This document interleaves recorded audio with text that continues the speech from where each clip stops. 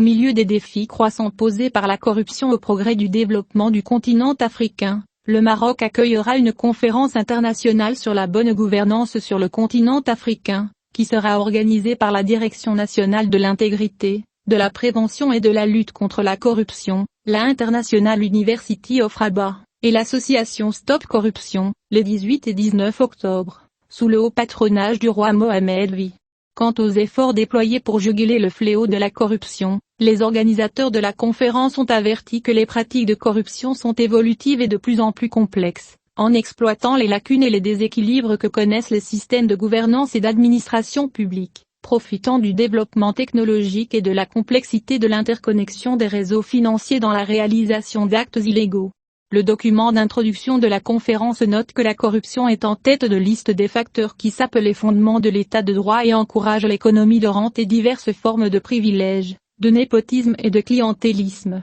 notant que ces questions conduisent aux questions relatives à l'égalité des chances, y compris ce qu'il en est de l'accès aux moyens de production de la richesse et de sa répartition juste et équitable. Le continent africain subit une importante perte financière due à la corruption estimée à plus de 146 milliards de dollars par an, ce qui représente plus de 6% du produit intérieur brut du continent, selon les estimations de la Commission économique des Nations Unies pour l'Afrique, tandis que la CNUSED rapport sur le développement économique en Afrique pour l'année 2010 estime à 2020, l'argent sorti illégalement du continent, s'élevant à 88,6 milliards de dollars. Le document introductif de la conférence indique que le montant susmentionné dépasse le volume de l'aide publique au développement et des investissements directs étrangers que l'Afrique reçoit chaque année, considérant que la situation, en général, ne s'améliore pas, car la corruption est exacerbée dans un contexte où l'ouverture des marchés, la complexité des organisations et des réseaux, et le progrès technologique sont exploités d'une manière qui complète pour servir les pratiques de corruption,